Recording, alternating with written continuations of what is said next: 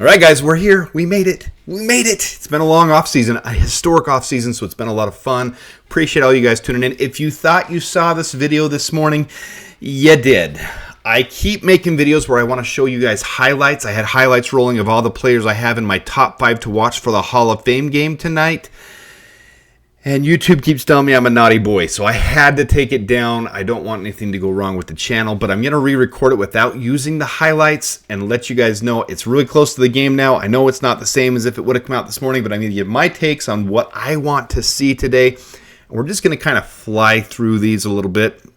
Number 1, I'm going to give honorable mention to Noah Sewell and Jamry Chroma. I also almost put Austin Reed in here, but I don't know if I'm that excited about Austin Reed. I'm intrigued to see what he can do, to see if he can be competitive with Tyson Bagent, to see if there's even a competition there. I just like the work that Tyson Bagent has put in this offseason, so I'm going to give honorable mention to Noah Sewell. He's really already proven. I really appreciate and respect what he's done, but I want to see him in that starting linebacker role. That's going to be fun for me to watch. And then Jamry Chroma, a little bit of buzz from him from camp, but he hasn't been getting the first team reps, so I want to see him tonight, how he shows up in a big game atmosphere, how he shows up for the game. So those two, you can throw Austin Reed in there. I had him, but he was in the middle there. That's why there's a gap. But I just don't know if I'm that excited about. We'll see. We'll see. I'm more excited about Tyson Bagent in that situation. So let's get right into it. I'm not going to show a video. You can see there was some video. In fact, maybe I'll just scroll along a little bit. Number 5, Reddy Steward. You've been hearing about Reddy Steward all camp long. He's taking the backup reps. It's not Greg Stroman Jr. When Kyler Gordon was out with injury, when he's still been out with injury, he has been on the first team reps. Ball hawk. We saw it in college for him, but he was with small school Troy. You didn't know how much that would translate, but ball hawks are ball hawks. And we've talked about Matt Eberflus on this channel, how he loves to find these defensive backs. It's like an addiction to him. He loves it. Reddy Steward could be that guy. I'm excited to see what he can do tonight. That's going to be one of the key guys that I have on my radar to watch every time the defense is on the field. I'm going to be watching the line right off the line of burst.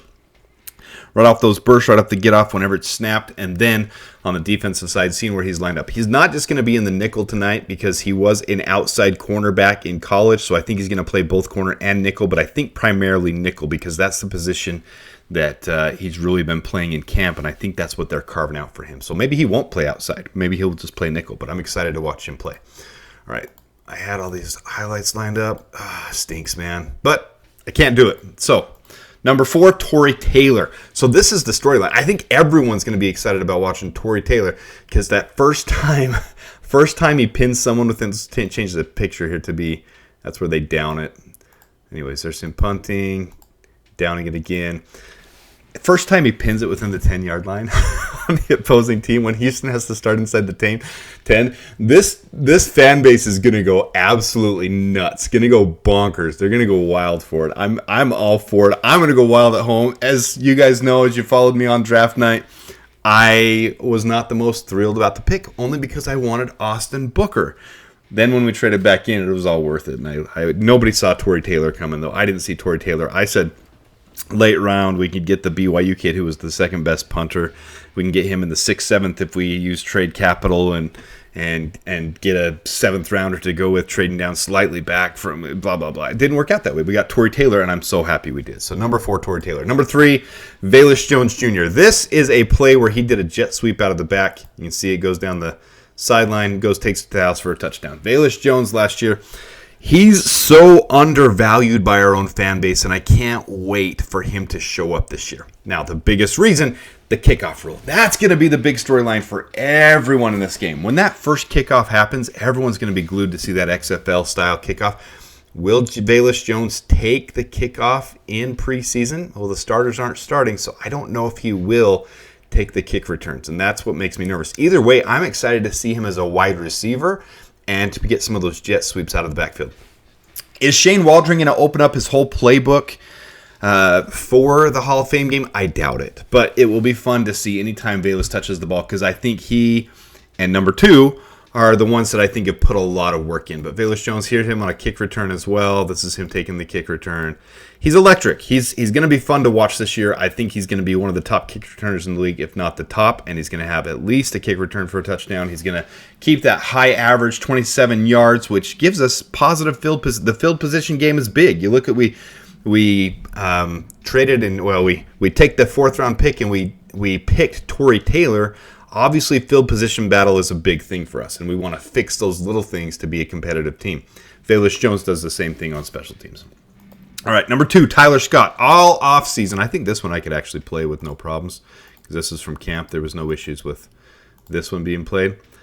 All off season, you hear in camp how Tyler Scott has put the work in, how he's been on the jugs machine, how he flew out to California and met with Caleb Williams, how he's spent time. He went to dinner with him. He's putting work into his craft, and I absolutely love it. You listen to him in his press conferences. He's confident. I'm excited to see Tyler Scott tonight in the game. How much reps he'll get, I don't know, but we know he's mic'd up for Hard Knocks, so it's going to be fun to see whatever we get from him. Obviously, Caleb won't be throwing to him, but whatever we can get from him, I'm excited to watch. Next one, I know I have to pause because this one was huge flagged. It was flagged last time I tried it. Don't know why I tried it again.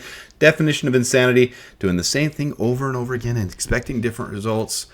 Austin Booker, number 1. Talking about coming from the shadows, no one expecting him.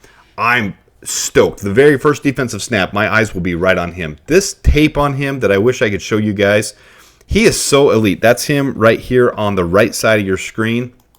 See if we can go slow enough. He bursts right through these 2 defenders and gets that sack right there. Anyways, I wish I could show it. Guys, sorry, I can't show it. But he is a beast.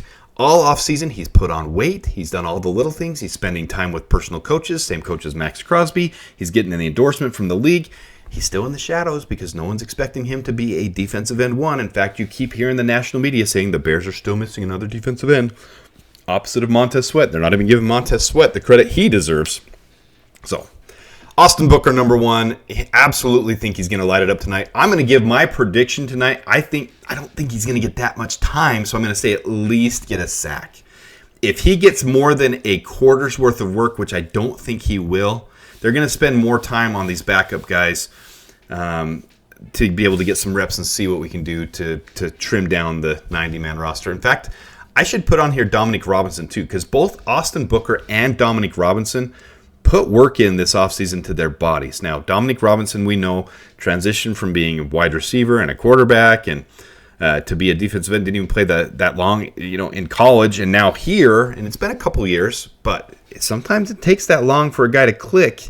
I've been hard on Dominique Robinson, but they've been lining him up at 3 tech. They've been lining him up on the outside. I'm excited to see what Dominique Robinson does too, but more so Austin Booker tonight. Austin Booker, I think he's coming into this game ready to flex. So he's my number 1 who I'm wanting to watch tonight. That's what I think. So let me know what you guys think. Who are you excited about? What are you excited about? Is it the NFL's new XFL kickoff rule? Because I know a lot of people are excited about that. I'm excited for that very first kick to see that. I won't be going live, but I probably will do some updates throughout the game. And I'll be tuning into the whole thing. So let me know what you guys think. Claws up, bear down. Oh, and I got to do this. I got to do this. Okay, 3, 2, 1. Bear down! Bear down! Claws up. One more time. Bear down.